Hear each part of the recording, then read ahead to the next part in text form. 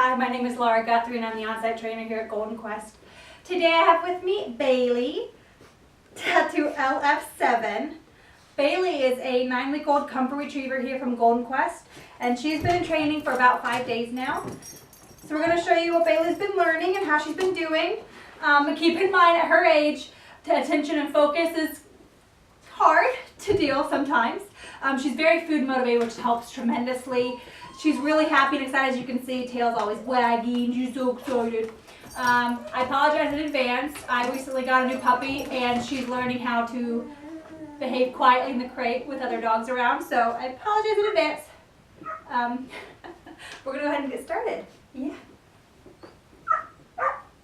Bailey, come. Yeah, good job.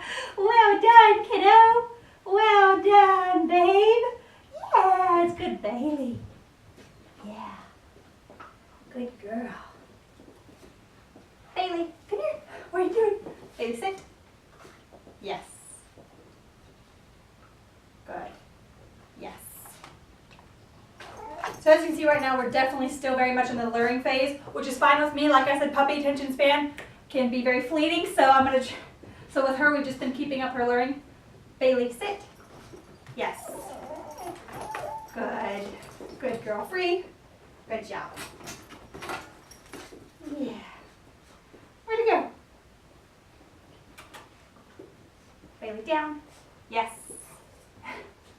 So with that, you notice that I lured her into a sit first without giving her the verbal cue, and then I lured her into the down, and then I said down. The reason why I didn't say sit and then tell her down is because I don't want to confuse her, and I don't want her to start having the assumption that every time you ask her to sit, you actually mean go sit and then straight to down. So I'm just trying to keep it clear in her mind. So I may lure her into that position, but I'm not going to give her the verbal. Good girl. So I'll show you again. Ready? Good job. Yeah. Come here. She's like, I don't know what's happening. Oh, the food. Oh, no. Attention span. Puppy attention span. You need to play a little bit? You need to play? Uh-oh. We're going to upset everybody else by doing that, right? Come here. Good girl. Bailey, down.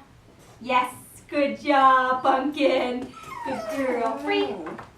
Good job. Let's get some more food. Let's get some more food.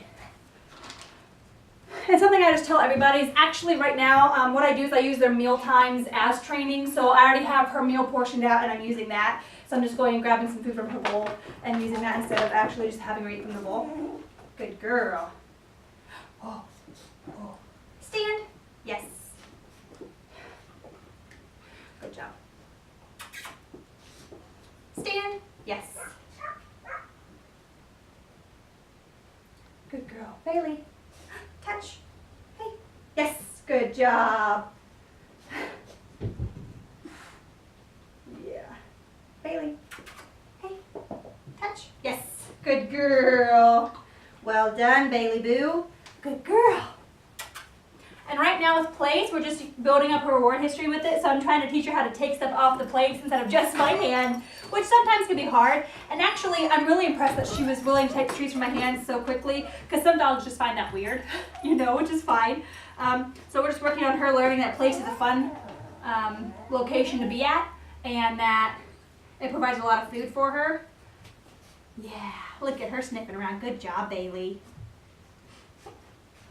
Good girl. Free. Bailey.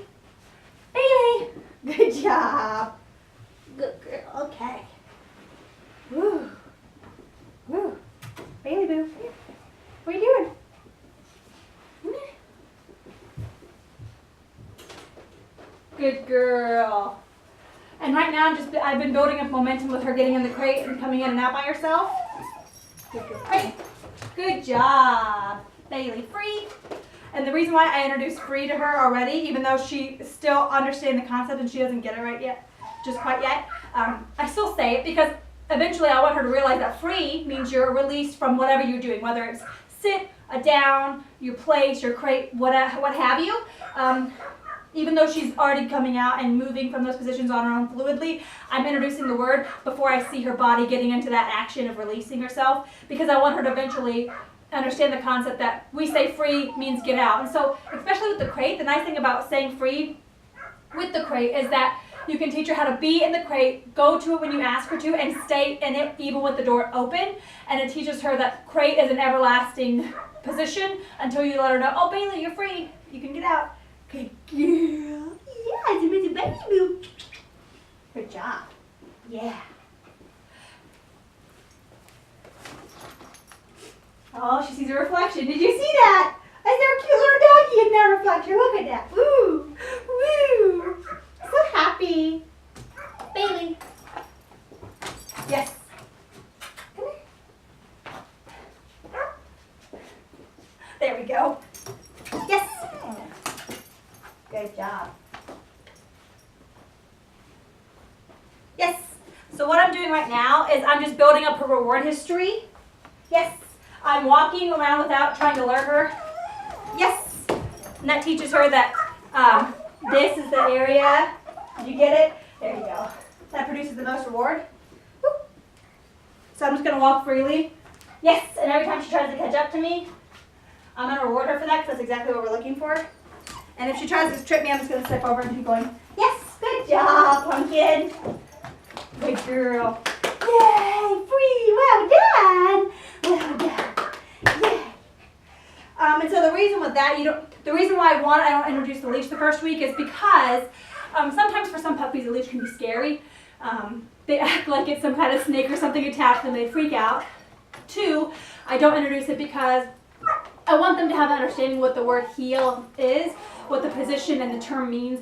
Because if I build up that word history and that understanding a little bit better before just putting the leash straight on them, then what I'm going to have is I'm going to have a puppy that is better equipped to take on the leash as a fun and exciting thing rather than one that's saying, oh, I need to kick in my opposition reflex because I don't know why you have this thing attached to me, I don't know why you're trying to walk with me on this thing, I don't know what's going on, and they'll kind of sit there and try to put the brakes on.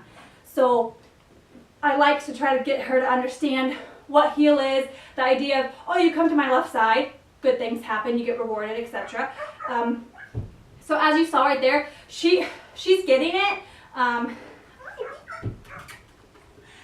So she kind of runs over to me and she's a lot better, where some of the puppies kind of sit there and wander around and sniff and do their thing. She's kind of like, oh, treat lady's going. Oh, treat lady. What? Oh, did I clap? Why is it clapping? Oh my goodness. Why is clapping? That's so weird. I'm so weird. And so with that, she's doing rather well. I'm really happy about how, I guess you could say, how naturally she's taking to the, oh, those legs over there have good stuff for me, so I'm going to go to them. Right. Right. As far as her potty training, she hasn't had an indoor accident with me as of yet. Again, that's because when she is inside, I monitor her heavily. She's in an area where I can see her at all times. Even when she goes behind the couch or something, I can still kind of peek under and see what she's doing and call her over. Also with that, she also gets to play outside for a good portion of the day as well, so she has the opportunity to release herself, to relieve herself rather, as need be. And then overnight in the crate, she has had an accident in the crate, twice now. So, but again, 9 weeks old, that's pretty stellar, because since it's work hours here, she's getting put to bed just as a normal household would. She's going, it's a 6-hour sleeping time, so that's pretty impressive. Most of the puppies, I tell the clients that, you know, when she gets home to you, you guys are going to set a more structured schedule at home, because it's going to be you, it's going to be the family, it's going to be her, and any other household things that are going on. But you guys will get in a rhythm and a flow together, and it'll become more natural, and it'll be, after a while, it'll just feel a little bit easier. Now, in the first couple of nights, since she has had accidents, I would recommend obviously getting up in the middle of the night, being more aware if you hear her crying in the crate, and try to learn the difference between when she's crying to get out versus when she's crying because she has to go potty. Because some of them do. They go, oh no, I have to go, let me out please. Because they don't naturally want to go in the crate. So just being mindful of that, but otherwise she's doing rather well. Crate-wise, I have to help her in the crate at night, because even though she does great with the training crate portion, where she's going in and out pretty fluidly, you have to keep in mind it's a different picture when I close the door, especially when I'm saying, good night, I'm leaving you alone for the evening, and especially being the people lover she is, she's like, wait, where are you going? Where are you going? Hey, you kind of do that a little bit? Come on, you can own up to it. Yeah, a little bit. So it's different. It's a different picture for her. So the idea that she's still fluidly going in and out of the crate, the reason why I work on crate training continuously, even though they're getting overnight training in the crate, is because I want them to learn that the crate isn't always closed for an extended period of time, and they're not always away from somebody for, you know, a couple hours on end. I want them to learn that, oh, you go in the crate, the door doesn't always close. You go in the crate, sometimes it closes for a couple seconds. You go in the crate, sometimes it closes for a couple of minutes, and sometimes a couple of hours, and sometimes just a quick open and shut, and that's how it is.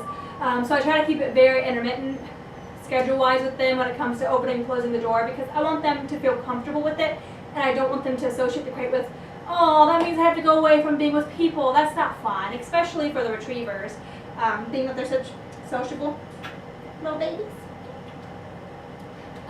She does cry a little bit when she's with other puppies. She cries more when she's with herself, by herself. With that being said, I put some cues into place for the dogs that are in training so they can kind of learn that, oh, this is bedtime, which means she's leaving, which means we might as well just kind of relax and calm down because it's time to sleep.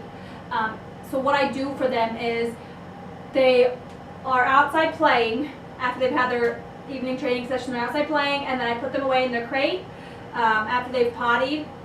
Once I put them in their crate, I actually cover the crate with a blanket. That way they can't see light or anything coming in the crate as much or as easily.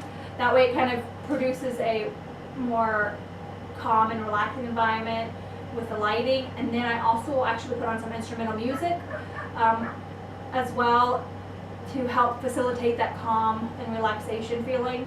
And then all the lights get turned off in the facility, and then I actually leave.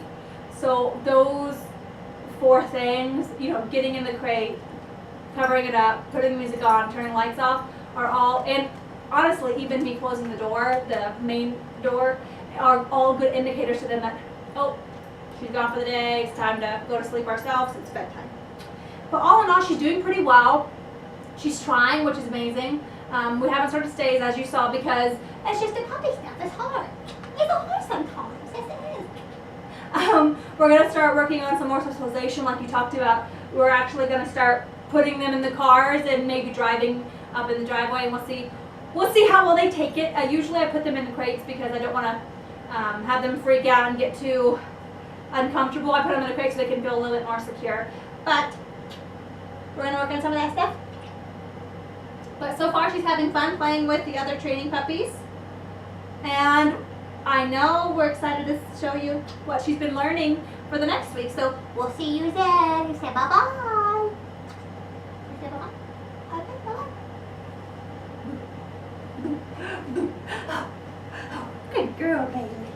That's well done.